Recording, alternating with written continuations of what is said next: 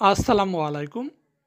আমরা যারা বস্তা পদ্ধতি বা ছাদ বাগানের টবে আদা চাষ করতে চাচ্ছি, তো আদা চাষ করা বা আদার বীজ রোপণের উপযুক্ত সময় হচ্ছে এপ্রিল থেকে মে মাস।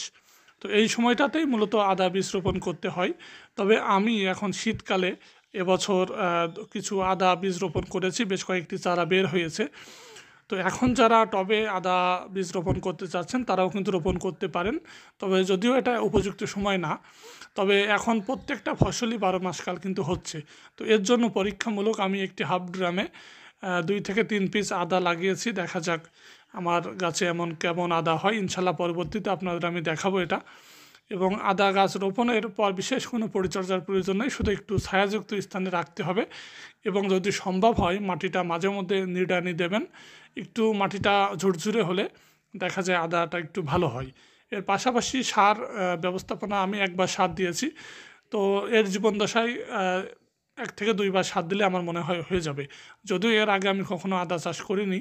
তো তারপরেও আদা গাছগুলো বেশ সুন্দর হয়েছে। বিশেষ কোনো স্প্রের প্রয়োজন নেই। মাঝে মধ্যে ১টা ২টা দিলে দিতে পারেন। তো ধন্যবাদ, আজ এ পর্যন্তই।